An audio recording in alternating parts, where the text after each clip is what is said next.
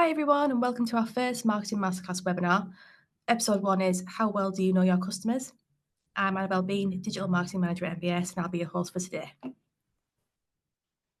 Before we start, there's a few housekeeping points. The webinar will last around 45 to 60 minutes.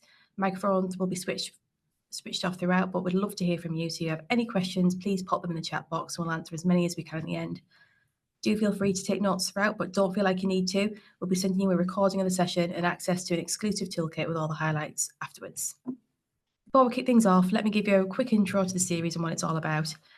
So it comes in 4 parts, and we're running throughout the year where we chat to marketing experts in the relevant field. They'll help us take a step back from day-to-day delivery and get us really start looking at the bigger picture. Each session is packed with insights you can take away with you, with practical tools and resources you can apply to your own businesses. So let's meet our speakers. First up, we've got Gemma Jones from StellarCX. Gemma's a customer experience specialist with lots of hands-on experience. Today, she'll be talking about what customer experience really means and how it's different from customer service. She'll move on to how mapping customer journeys and profiles can help you in your business and how to build a customer-focused strategy. So we're not only going to get the what and the why, we're really going to dig into the how. So it's really exciting stuff. Our second speaker is my colleague, Leanne Johnson from MBS. Leanne is a UX design researcher with loads of experience in UX and graphic design. At MBS, she works closely with our customer insight community and product teams to make sure we're building the right features and improvements in our platforms. She's going to run through how UX impacts business success with some real-world examples of companies that saw huge improvements through UX changes. She'll then go on to tell us how to analyze on-site behavior and practical ways to use user experience. So a big welcome to you both, and thank you for taking part. And without further ado, I'll hand over to Gemma. Thanks, Annabelle. Hi, so I'm Gemma Jones. I've worked on the manufacturer side and industry side for almost 25 years. And more recently, I've set up on my own in terms of CX consultancy. So I help business leaders really look at their customer strategy and develop a customer experience framework that works for their business. And so today I'm going to take you through some really key framework elements that should help you with your own customer experience strategy. So first of all, I'll quickly take you through what we mean by customer experience. Then I'll take you through customer personas and how you can start to develop that for your business. And then finally onto the customer journey mapping element with some hints and tips of how to get you started. So in terms of what customer experience is, well, I'll start by talking about what it's not. It's not customer service. Customer service is an element of the whole customer experience. So it's a functional part of the interaction that you have with your customer. But basically, customer experience is really about how a customer feels about your brand. And that's indicated by every interaction that they have with you and your company. And ultimately, it leads to increased profits and shareholder value. And we do this through differentiation. So it's very difficult for most businesses to truly differentiate themselves on product. You know, very few businesses are truly innovative and have a completely differentiated product or service offer. It's also very difficult to differentiate on price, as we know, because that can lead to a race to the bottom. But if you've got really, really strong, lasting, trusting relationships with your customers, then it's a bit like the relationship you build up with a best friend. It's very difficult for someone else to come in and break that bond. So it gives a very, very strong identity for your brand that's very difficult for others to replicate. It also brings increased revenue.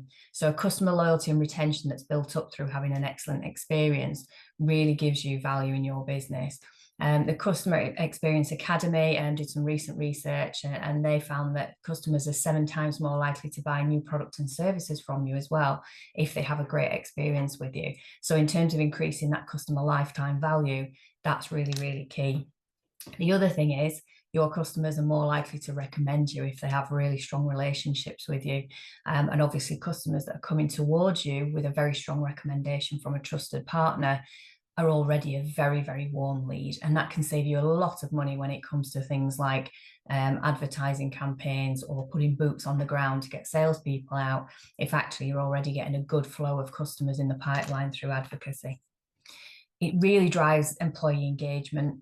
and loyalty. You know, we all know that we love to work for businesses where the customer really loves the brand, where you've got strong relationships, and it gives them that opportunity and empowerment to really drive that customer experience forward for you.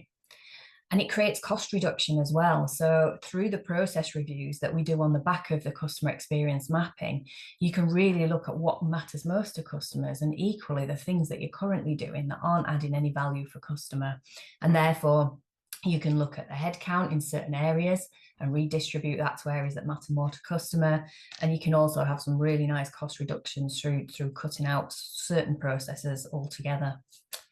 So how do you go about being successful in customer experience, and what do successful companies do? Well, one of the first things that absolutely stands out is they've got to have committed and passionate customer-centric leaders. And this is where I really come in to help businesses, because it's absolutely key that customer experience is filtered down from the top, and that everybody in the business understands that it's a key strategy. And they truly understand the customer's end-to-end journey. And that's why we're talking to you today about customer journey mapping, because you need to know what happens to your customer on the entirety of the journey to be able to help make that experience the best it can be. They have a very clear prioritized to-be plan as well. And by that, I mean, where are you going with the customer experience? So what do you want to achieve? What are you going to improve? And crucially, all their employees know what part they play in that. And not just the customer service team or the marketing team or the sales team, but every single function in your business has a part to play in that customer journey. And to do that, they have a really clear and very well communicated customer vision. So that's the internal memo that goes out to staff and the constant messaging to say, this is what we are for customer and this is what we want to achieve. And on the outside, you have a customer promise, and that's what you're telling the customer you're going to do for them, if you like. And some examples of well-known customer promises. Excuse me, Apple, for example, is we promise to bring the best user experience to customers through innovative hardware, software, and services. So their key themes are obviously around that innovation, the quality, and the simplicity, which is a very clear promise to the customer. Starbucks is a good one. It's to inspire and nurture the human spirit, one person, one cup, one neighborhood at a time. So it's really playing on those key themes of connection over a cup of coffee, the community, and the quality of the product as well. So all businesses should develop that customer promise. And they involve, train, and empower put my teeth back in, and empower employees to consistently deliver on that customer promise. So you've got to be able to enact that for the customer as a member of staff. They have really clear customer metrics in place, really, really important this. You've got to be able to measure your success and your performance for customer. So you need visible and regularly reviewed metrics across the whole organization again. And again, they're really passionate about exceeding customer expectations. So they go to work every day feeling like we want to not just do well for customer, but we want to be the best. We want to surprise the customer, delight the customer by being that little bit better than even they expected. And they put that at the forefront of all their decision making. So to start on this journey, it's like, wow, that's a lot, sounds great, but how do we start that process?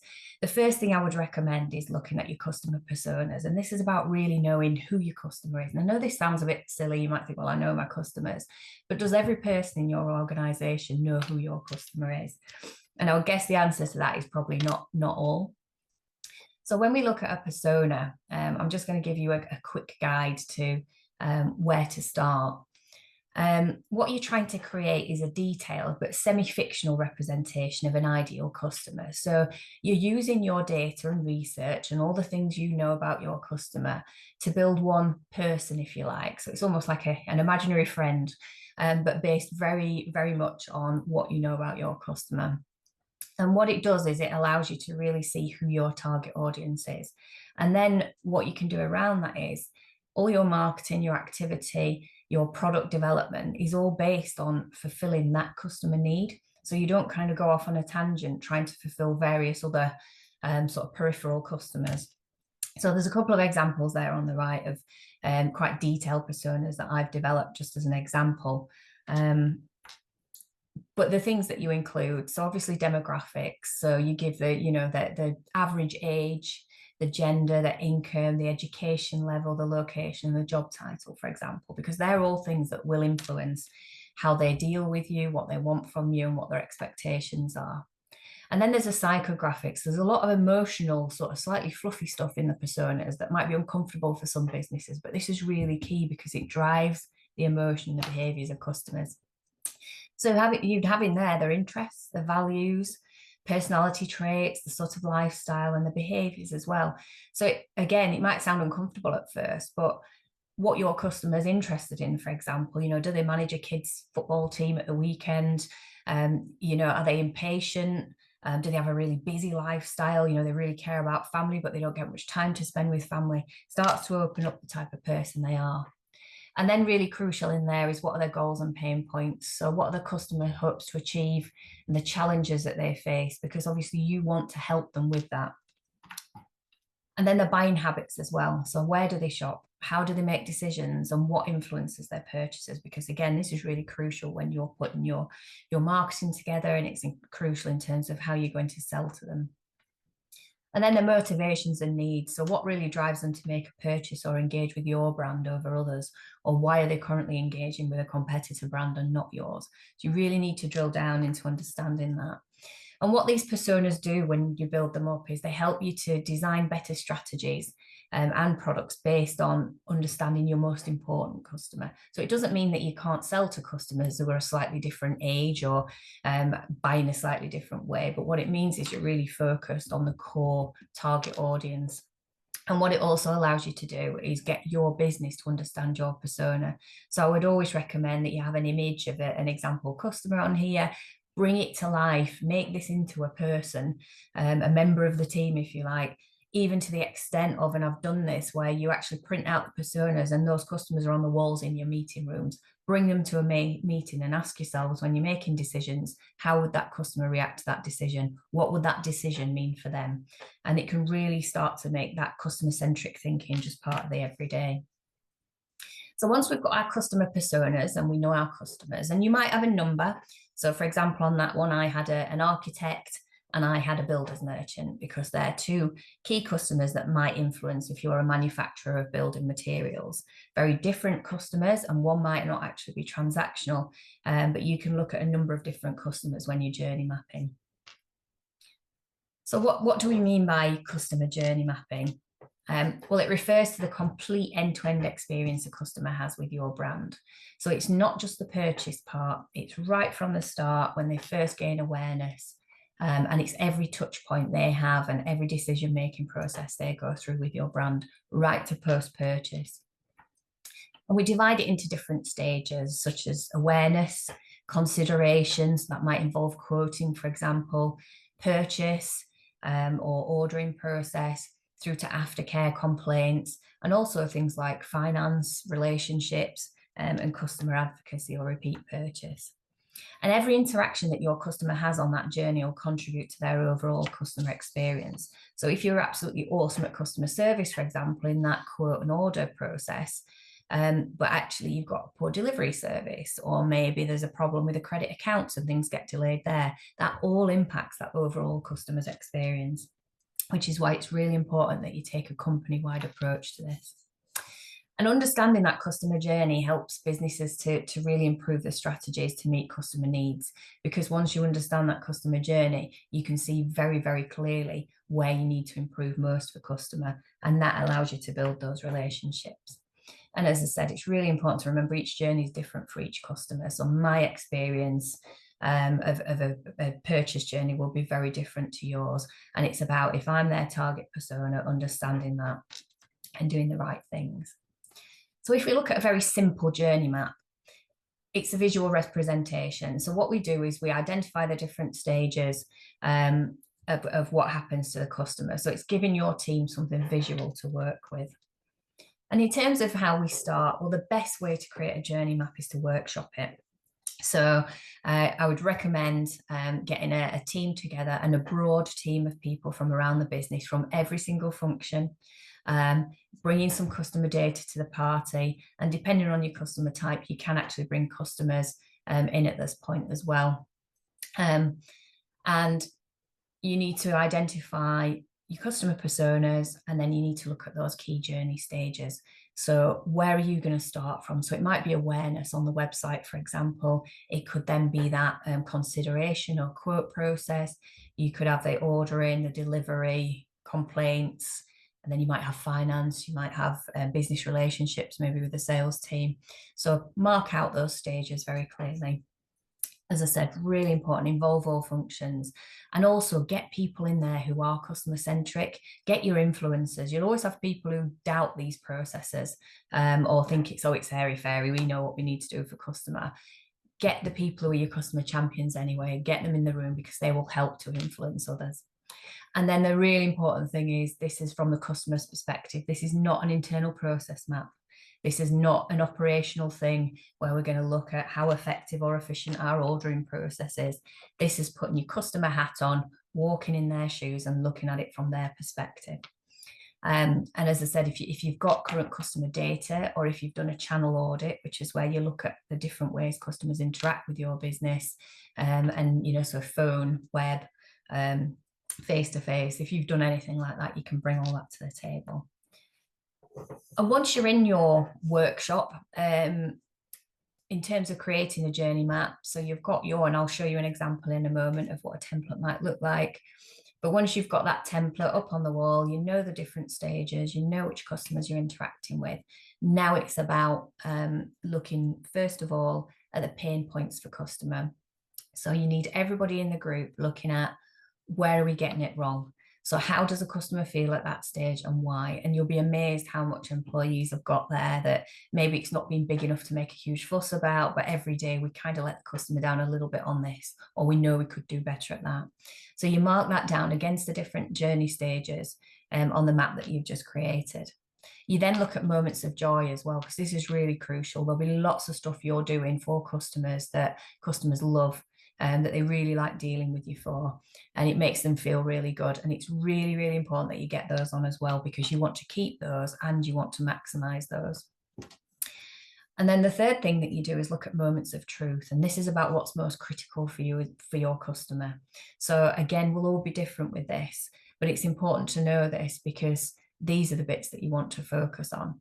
So this is where, for example, if I've ordered something online, I've gone through lots of different processes. I've searched on the web, I have gone online, I've placed an order, I might have spoken to someone in the service team.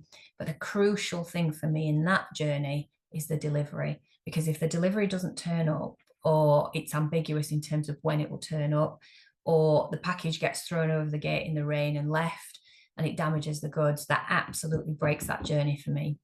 So it's really important that you understand what the most important part of the journey is for customer, and mark that on the map. And where those pain points in red and the moments of truth in yellow overlap, they're the areas that you look at and you say, right, we need to fix these first, because it's very important to the customer and you've got a problem there. So very often, just doing this workshop process, you can see some really quick win opportunities for the business, and that sometimes you can agree to fix really quickly, and others might be longer term that you need to look at putting a business case and a project plan together for. Excuse me. And in this session, you'll get loads of great ideas and improvements coming from the team, undoubtedly. So make sure you car park those and put them on a list so that you can save it for later. So in terms of what your sheets might look like that you fill in on the day, this is a simple template which we'll share with you after the webinar. But you can see there we've got different stages and the columns. And then at each stage, you're looking at what's the customer trying to do, how and why, and then you're mapping your pain points, moments of truth and moments of joy. And that's something that then you can artwork up into something that looks a bit more like this. So when I'm working with clients, this is an example of what I might produce. And the beauty of these is you can start to engage with data. So for each journey stage, if you've got CSAT, for example, for customers, you can put that against the different stages. If you've got other indicators or information or projects against different stages, you can integrate all that into a customer journey map. But that said, if you want to do something really similar, then you can just stick to your, your PowerPoint or your Excel piece as a starter for 10. So when you're creating a professional and usable journey map, because it's really important, this isn't something you do and then pop in a drawer.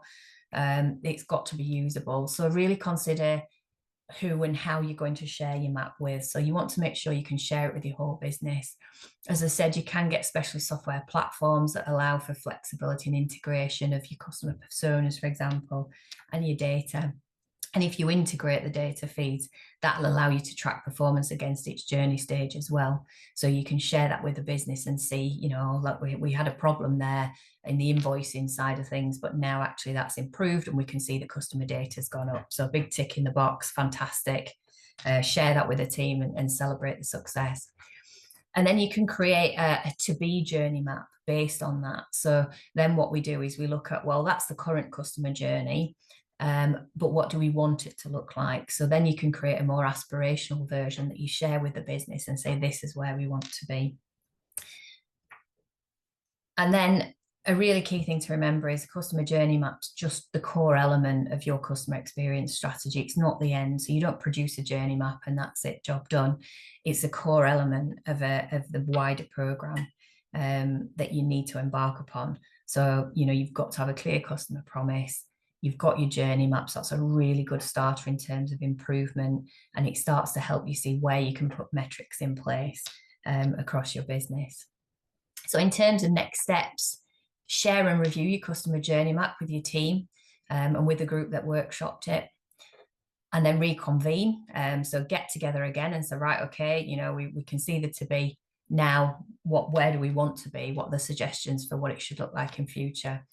And I would always recommend create a roadmap of actions from that and give clear ownership to different people within the business, because that's the only way you'll get things done.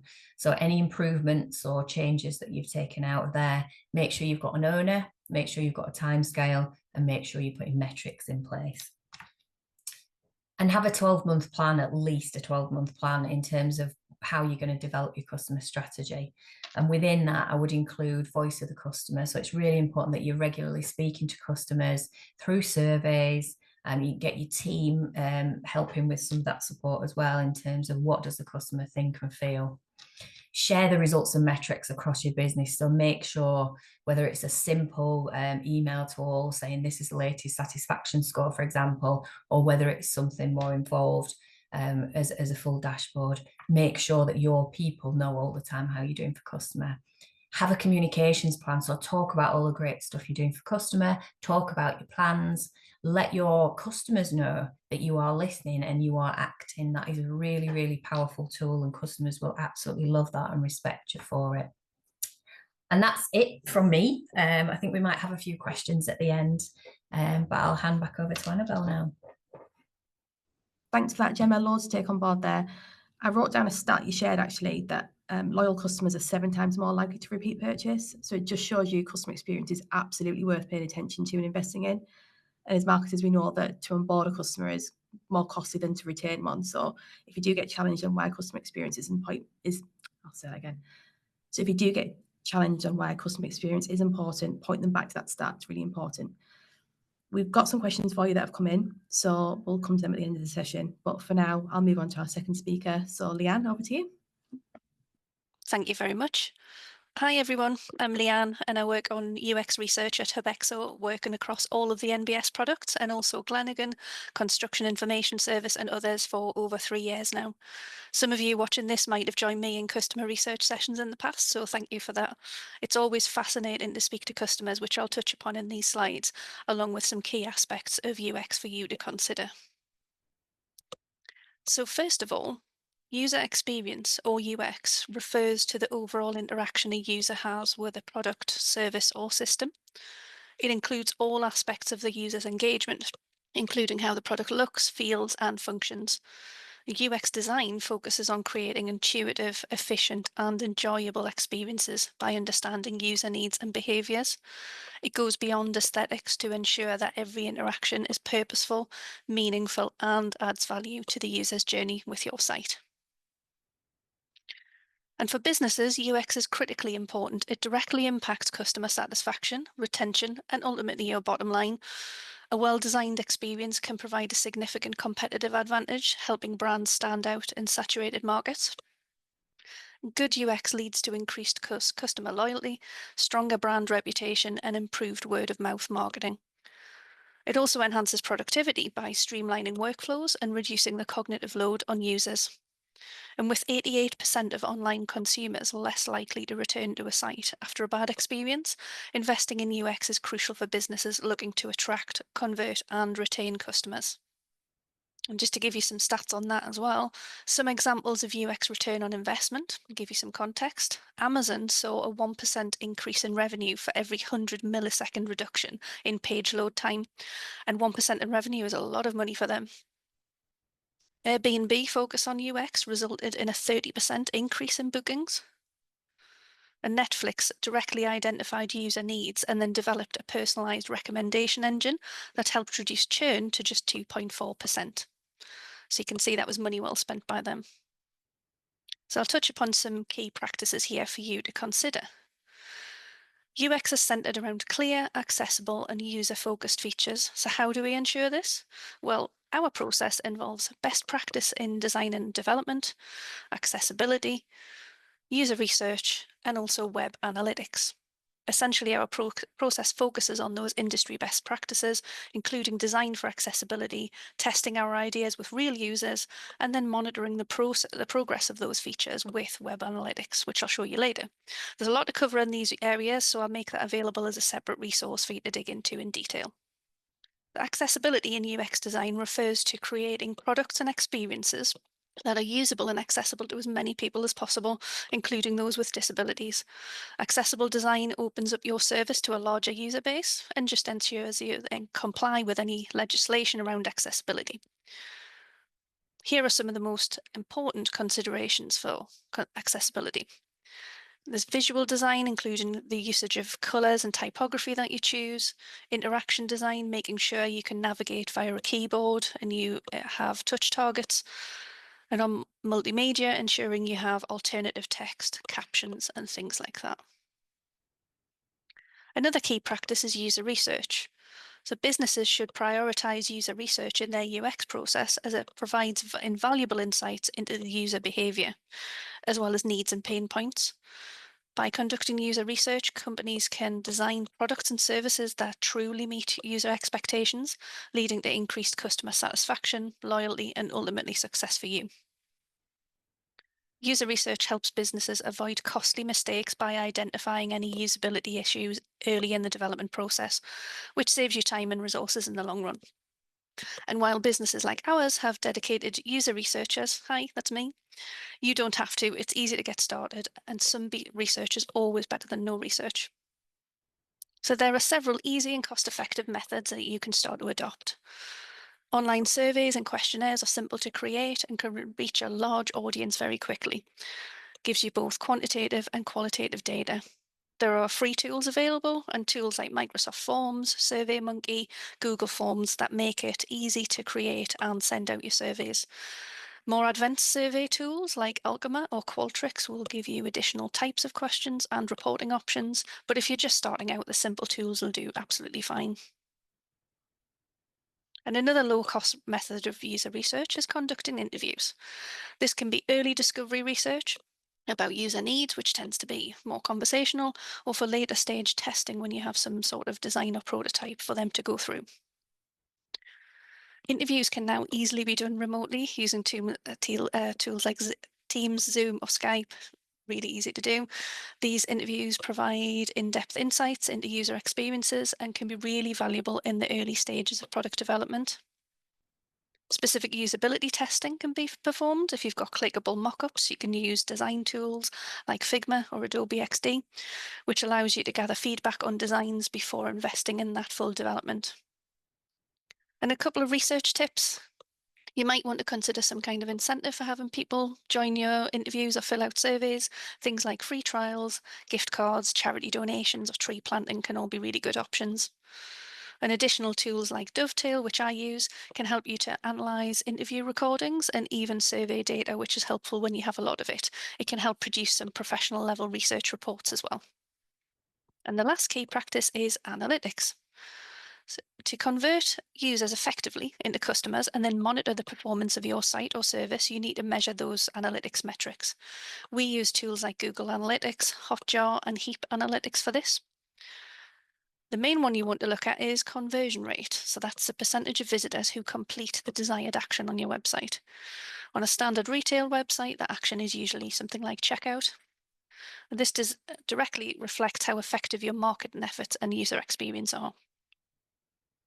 And your conversion goals might include completing a purchase, signing up for a trial or a demo, filling out a contact form. And then there are smaller steps that lead to that conversion that you want to measure. Things like downloading a brochure, viewing a product page, or adding items to a cart. Some other metrics you need to look at are things like visit length and pages per visit, bounce rate, click-through rate, what devices they're using, their demographics, search terms, and returning users. So some of these are covered in a bit more detail in the downloadable slides for later as well. So by analysing these analytics, you can gain insights into user behaviour, identify areas for improvement, and then make better decisions to increase that conversion rate.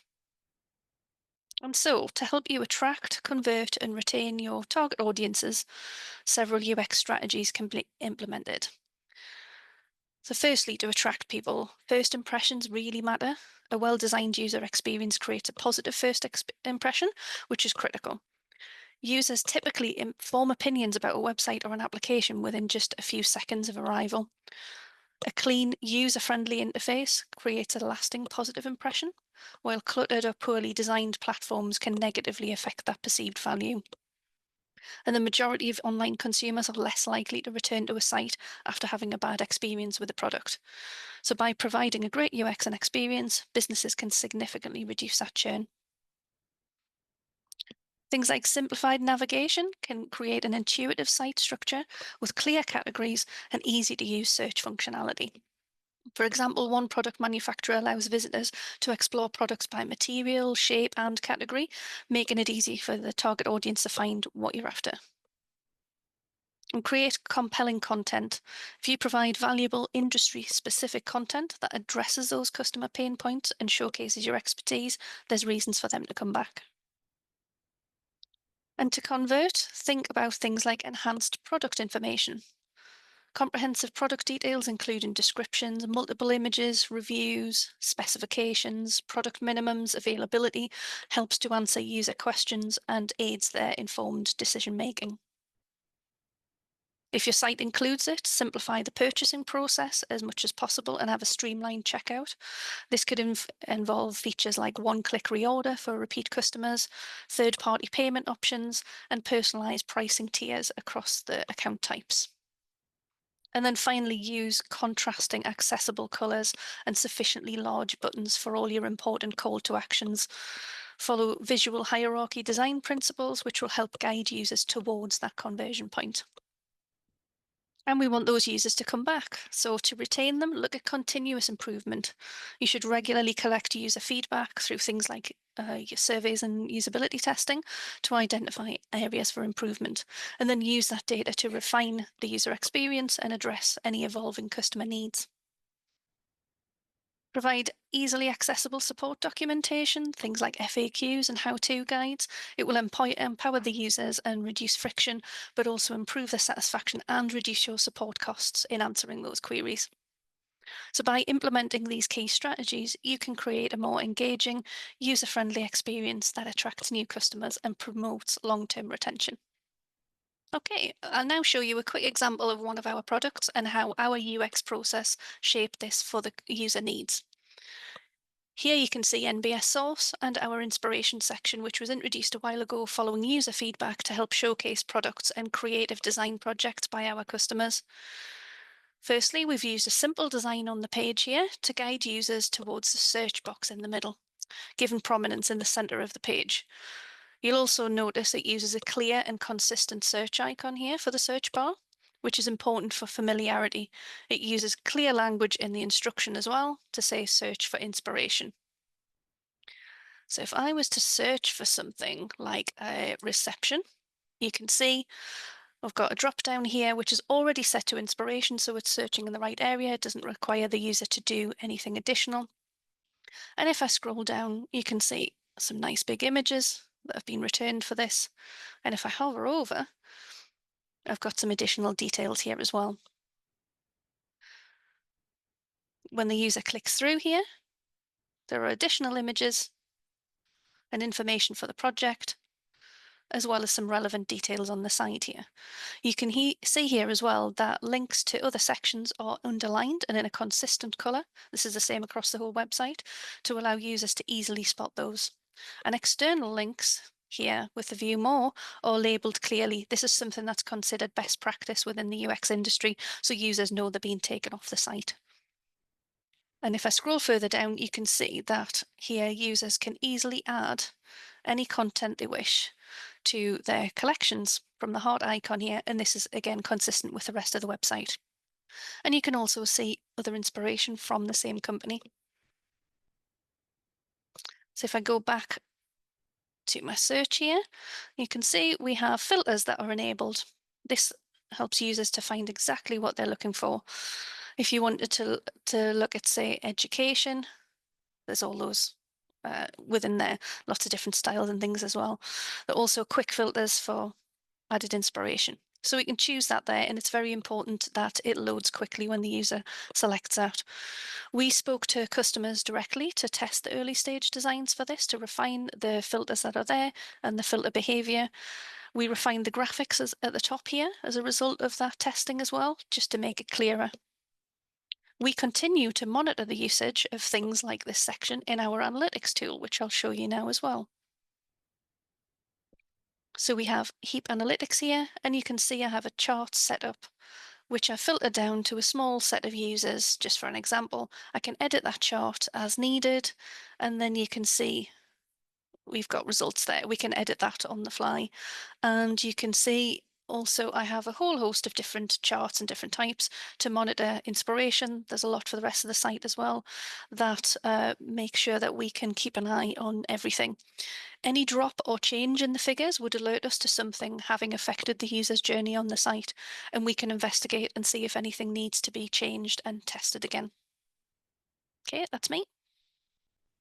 Brilliant, Leanne, thank you. It's really interesting. I love the demo of the inspiration section of Source, so that's really popular with our specifiers at the minute.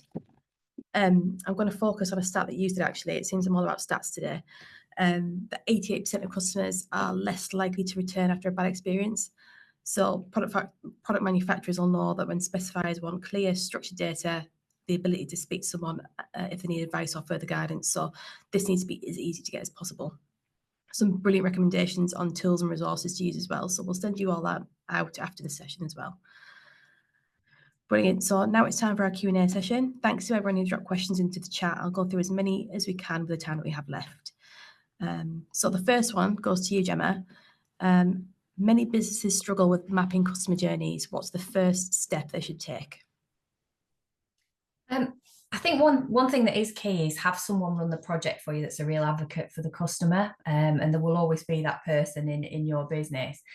Obviously, if you've got access to budget, then you can get a C expert involved to run your mapping workshop for you, and produce professional maps. But however you do it, there's a few fundamentals that are the same for everyone. So the first one is involve all functions that play a part. So don't just get the customer facing teams involved. So anyone who plays a part in that customer journey, get them involved. It sounds obvious, but as I said, identify who your customer is, create those personas, even if it's just on a whiteboard in the office, and make sure you follow a proper framework. So you've got all your journey stages on there. Even if you just choose to focus mainly on some. So you might say, right, we're just doing order to delivery initially. And really make sure you regularly update and review those maps. So there's no point doing it, as I said, and put it in a drawer. So have someone internally that owns it for you. And that can be anyone. It doesn't matter what department they're in. If you've got a passion for customer and they're keen to get involved, have someone own it, update your map, and communicate that customer journey across your business. And what you'll find is it'll grow legs anyway, and people want to get involved. And then at that point, you might want to extend it out or get some external help as well. Brilliant, thanks. And a follow-up question then. So how do you measure success, and what are the key metrics marketers should track? Well, I think one of the key things, I mentioned that customer promise. So I think whatever you are doing, you need to link metrics back to that customer promise to say, are we actually providing that for the customer? ultimately you measure it in increased revenue and profitability. That's what we all come to work for ultimately, isn't it? So it's really important that any CX measures you have, you do link to the bottom line. So you need clear business cases if you're doing something new for customer. Even it can be sometimes harder to show ROI for customer projects because it isn't that instant return sometimes that you might get with a say a capex for a new machine, for example. So it does take time for these customer initiatives to come through and take effect, but when they do, they really bear fruit. So I would say regular voice of the customer metrics that you can use. Customer satisfaction, you tend to use that on specific parts of the journey. So for example, how satisfied were you with your ability to place an order today? How satisfied were you that you found what you needed on the web? NPS is more of a holistic, so it's more of an overall, would you recommend our business? So you might actually do an NPS survey a little bit more sporadic than you would your CSAT. But net ease is also a really good metric to use because what it allows people to do is say how easy you were to deal with. And that's a really key thing for a good customer experience. So it's key to tailor the approach to your business and what's appropriate. If you're a smaller business, you might want fewer metrics. But whatever you do, I would say, you need to communicate those across your business. And I think we're going to give access to, there's a little link to a metrics sort of cheat sheet as well, isn't there, that we've put together for people. Yeah. Brilliant, thanks. Leanne, I'm going to come to you next. What's a common UX mistake companies make when trying to understand customer behaviour? I would say the most common UX mistake is designing experience based on assumptions rather than real insights into user needs. So you can end up with things like features that users don't understand or even use because they don't align with their mental models or their expectations. And we can also end up with interfaces that work really well for digital natives and those of us who are experienced with the product but don't give enough guidance for less tech-savvy users. So you should conduct user research to get genuine insights into the customer's needs and pain points first. Brilliant. And you've given us loads of tips already, but I could just get one more. Can you share another quick tip for businesses looking to improve their website's user experience? Yeah, I would say don't forget about mobile responsiveness. So over 60% of internet users access websites via mobile devices. So make sure your site is fully responsive. That means it adapts to different screen sizes and it provides a seamless experience no matter what screen size or device the person is using. So firstly, check your analytics, see how many users are actually accessing your service from mobile or tablet devices. And then also optimize your loading speed, build the website to load quickly, compress images, minimize code, use caching techniques. So faster loading pages reduce user frustration and decrease bounce rates, which is also more important when you're looking at mobile devices as well. Search engines can also rank you lower if your page speed performs poorly as well. Yeah, absolutely. Really great point there. Google, we know, is mobile first as well. So if you go mobile first with your design, you're going to get that SEO bump as well. So yeah, great one. Thank you. Gemma, come back to you again. Yep. So what's one of the biggest mistakes businesses can make when trying to improve customer experience? And then how can they avoid it? Well, I think one of the biggest things that people always do with customer experience is because they mistake it for customer service. They tend to put the onus on the service team or the customer facing teams to carry out the customer experience strategy. And actually, they can't do that alone. So whilst they're really, really key, having that approach across the business is really crucial. And I think fundamental to that is that you have to have the CEO or the MD or the CEO, whoever the senior leadership is in the business, they need to be leading this. So they need to be seen to be saying, this is our strategy. We are customer centric and everything we do is going to be around that customer need. Because that's where you get the culture change in the business. So the mistake some companies make is to sort of almost see it as it's the role of the customer facing teams only. Brilliant, thank you. And Leanne, I'm coming back to you. What's a surprising insight that businesses often overlook when analysing user behaviour on their websites? So when you go into your analytics, people often overlook the significance of what's called rage clicks and U-turns. So rage clicks are when users repeatedly and rapidly click on an element that isn't responding as expected. And that can indicate users are frustrated with non-clickable elements that look like they should be interactive, or potential bugs or website issues. We've all clicked on something multiple times because it's not loading as expected. So many analytics solutions, such as Hotjar, will allow you to look directly at rage clicks. One tip I would give you is sometimes just investigate those rage clicks. Sometimes they can be mislabeled, but if you look at them, you can see a clear pattern of when somebody's tried to click on a button that isn't actually there, or something that will give you an idea of what to look for. And U-turns are when users navigate to a new page but immediately go back to the previous one. So that can suggest that they're struggling to find the information they need. It could be poor navigation or something mislabeled. They go into a page and it's not actually what they expected it to be, or broken links or misdirected pages.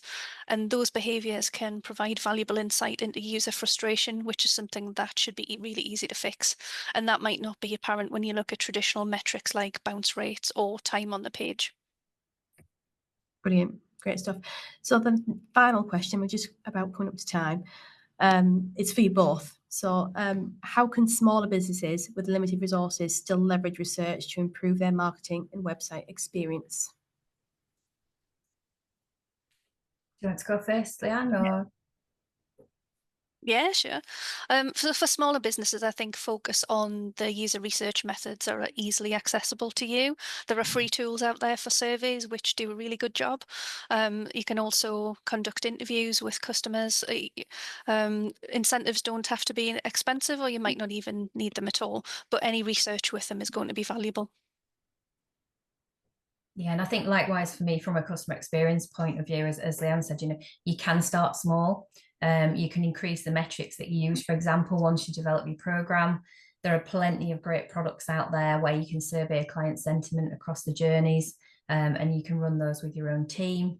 And I think there's a lot of answers, as I said, with your own team and with your, about customer. A lot of your employees will tell you if you ask them what's wrong for customer and how we can improve. So start there. Pick the low-hanging fruit, start to do some work with the teams. It doesn't have to be perfect, but you'll build that culture, and you'll be surprised how many people really want to get involved and are very passionate about doing the right thing for customer. Yes, some great points there. Some of the free resources you can take advantage of are the MBS events as well. We have the Secrets to Specification events hosted by MBS, where we invite specifiers to come and talk about what the bugbears are and the pain points are, and they'll tell you exactly how they want to spend their time and how they want to specify products. So they're really worth attending if you get the opportunity, but they are on demand as well. You could go and look at some now, so do check them out. And I think that brings us to time. Thank you for sending your questions in. The ones we didn't get to, we'll follow up with after the session. So before we wrap up, I just want to quickly share something exclusive for our attendees. Each masterclass in the series comes with its own toolkit packed with expert recommendations, templates and resources to help you put what you've learned into action. So by the end of all 4 masterclasses, you'll have a complete digital marketing toolkit to help you build and execute a full marketing strategy. We'll send you a link with the toolkit straight to your inbox along with the webinar recording, so make sure you keep an eye out for that. And that's it from us. Huge thanks again to our amazing speakers for giving up their time and expertise, and to you all for joining and sending in your questions. Like I said, any we didn't get to, we'll follow up afterwards. Thanks again, and see you next time.